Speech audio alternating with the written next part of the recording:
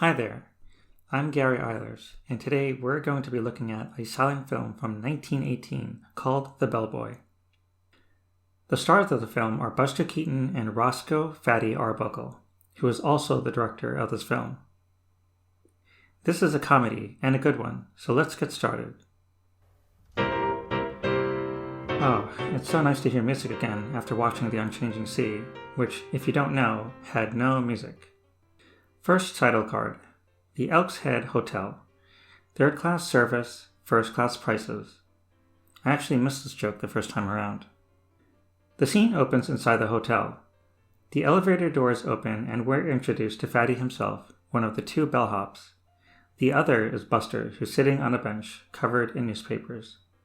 The desk clerk quite angrily orders the two to bring down the customer's luggage. The clerk changes outfit because he's also the chauffeur. Outside, the bellhops carefully hurl their luggage onto the horse car. Spring cleaning day. Buster is inside the telephone booth, cleaning the window. Now that is funny.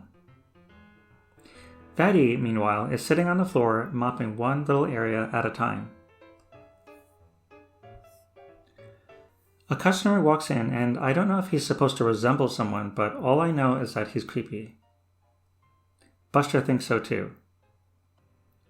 And Fatty. The music changes here into something dainty, and we get this between Fatty and the creepy man.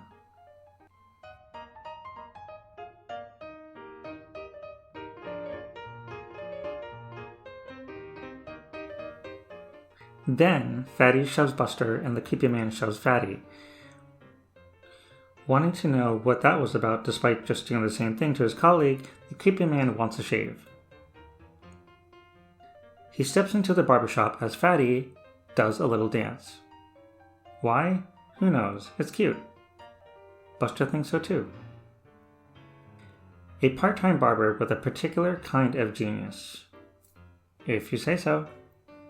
Fatty ties the creepy man down because he's a genius. After several cuts, the creepy man now looks like Ulysses S. Grant. Of course, I should know that. The creepy man, however, doesn't want it. Fatty obliges, switches to garden shears. Good lord, he just leaves them on the man's neck. After a few trims, he turns the man into, well, judging by the music, President Abe Lincoln.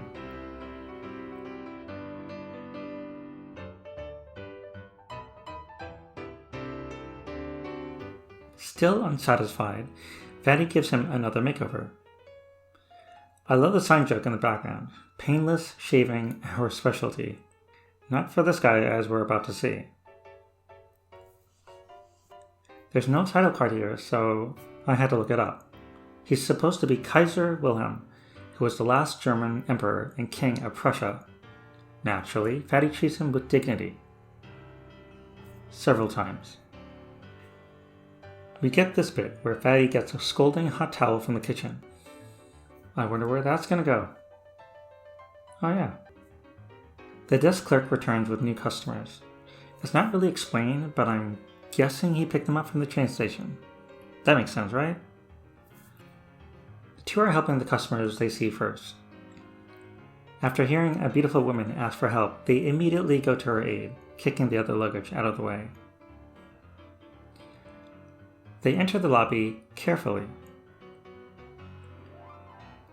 The clerk tends to the horse, squirting oil where needed.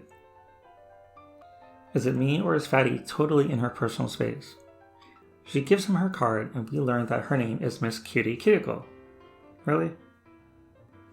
Give me a room and a bath, she says. The genius responds with, I can give you a room, but I can't give you a bath. Yes you can, if the bath is inside the room. Before they go up in the elevator, Fatty opens the box she was carrying and sniffs it. Why? So they pull on the cord, which is connected to the horse outside. The clerk coerces the horse to walk forward, thus pulling the elevator up to the next floor. Why don't we have this anymore? After Miss Cuticle enters her room, the two have a little dust-up in the hallway. Since the hotel has no other bellhops, the clerk goes in search of our two protagonists. They make it out undetected, But why in the hell is he yelling at her for? Fatty enters the barbershop where the man is still in the chair with his face still burning. That is awesome. As the clerk leads the group into the dining room, Buster carefully tosses their bags over the counter. That is another funny side gag. Keep in mind, in 1918, World War I was still going on. Since the film premiered in March, the US had entered the war only months earlier. Here comes another slapstick routine. The zipline thingy passes through the lobby, knocking off the customer's top hat. The customer thinks it's Buster's fault, so he kicks him right in the rear end. It happens again, and it even escalates. Not sure why Buster kicks him, but that was a good stunt. To top it all off, the customer takes out a spare hat that he just so happened to have in his pocket. The elevator breaks down. In other words, the horse just doesn't want to go. Buster calls for help. Meanwhile, several townspeople give the clerk an idea. Build a fire under him. Or just kick him. Everyone else is doing it. In any case, he builds a fire and the horse unsurprisingly moves away from the flames. Of course, Buster's head gets caught. Fatty tries to get him out with some timber, but it doesn't look good. The rope snaps, the elevator comes down on the timber that Miss Cuticle is standing on, which launches her straight up into the air and onto the mounted elk's head. The customers in the elevator make the right move to get the hell out of there. The elk's eyes move, so it's either magical or demonic. I can buy either one. Buster jumps onto Fatty's shoulders in order to get Miss Cuticle down. Why don't they just use a ladder, is anyone's guess. Anyway, they get her down, but Buster ends up getting stuck up there instead. Fatty takes Miss Cuticle for a ride. Buster gets himself down, but only for every other second. Fatty and Miss Cuticle sit together. They must be looking everywhere for us. Who? Who would be looking for you? You haven't done anything. And, for the love of God, who's driving the trolley? Nobody? Actually, that'd be pretty funny. The clerk helps Buster down by cutting the timber he's jumping on with a saw. I'm sure there are like 10 easier ways to get him down, but whatever. Oh, and Fatty and Miss Cuticle share a kiss. That was fast. Every Saturday, the Elk's Head hosts a dance. Fatty steps out looking sharp. Fatty has a scheme to make Miss Cuticle see him as a hero. But they kissed. What more does he think he needs to prove? Okay, so basically Buster and the clerk are going to pretend to rob the bank and Fatty is going to catch them red-handed. What could possibly go wrong? While Fatty is at the dance with Miss Cuticle, the other two look as though they're actually going to rob the bank. Maybe neither one understood pretend. If you're wondering why Fatty is making that face, well, that's why. But Fatty hadn't counted on real bank robbers the same night. Well, no one did. Even the real bank robbers aren't wearing masks. What follows is something I can only describe as awesome. Buster and the clerk break in. The real robbers try to apprehend them, but...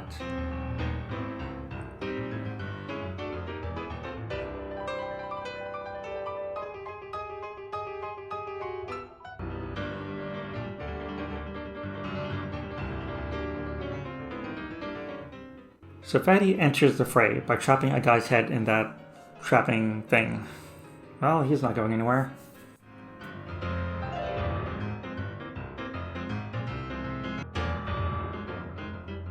This is one hell of a climax.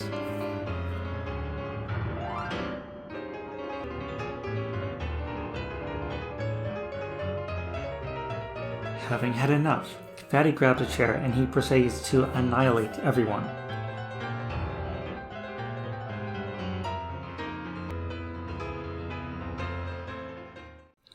They escape and take off in a horse cart.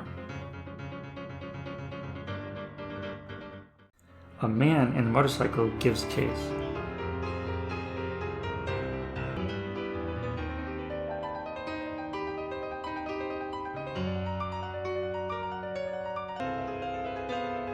At first, you can't tell who it is, but in this shot, you can see that it's the town sheriff or authority head. The horse car crashes through the hotel.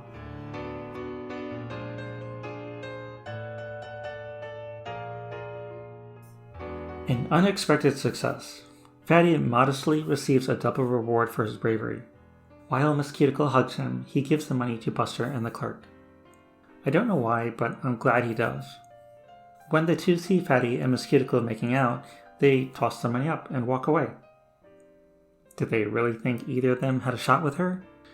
Anyway, Fatty becomes the hero he set out to be. The end.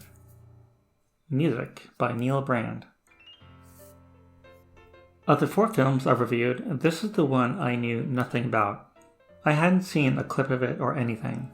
So when I watched it for the first time in preparing for this, I was surprised. Pleasantly surprised. The stunt work is amazing. It's like a performance. It's, choreography in its rawest form. It's real. It's not CGI. For that alone, it deserves appreciation. There are some genuine laughs in here too. There's slapstick, there's political references and commentary, there are sign jokes, and the list goes on. The story might not be the strongest, but it does have a story. There's even character development. I like how Fatty and Buster are similar in many ways, but there are also very clear differences. Overall, I give The Bellboy a strong recommendation. I can't imagine anyone not liking it. I do think it has a little something for everyone. For me, it's one of those occasions where if I didn't start this channel, I never would have happened upon it. Fun fact, the actress playing Miss Cuticle is Alice Lake, who appeared in a number of comedy shorts opposite Fatty. Okay, I don't know how fun that fact actually is, but it is a fact. Until next time, take care.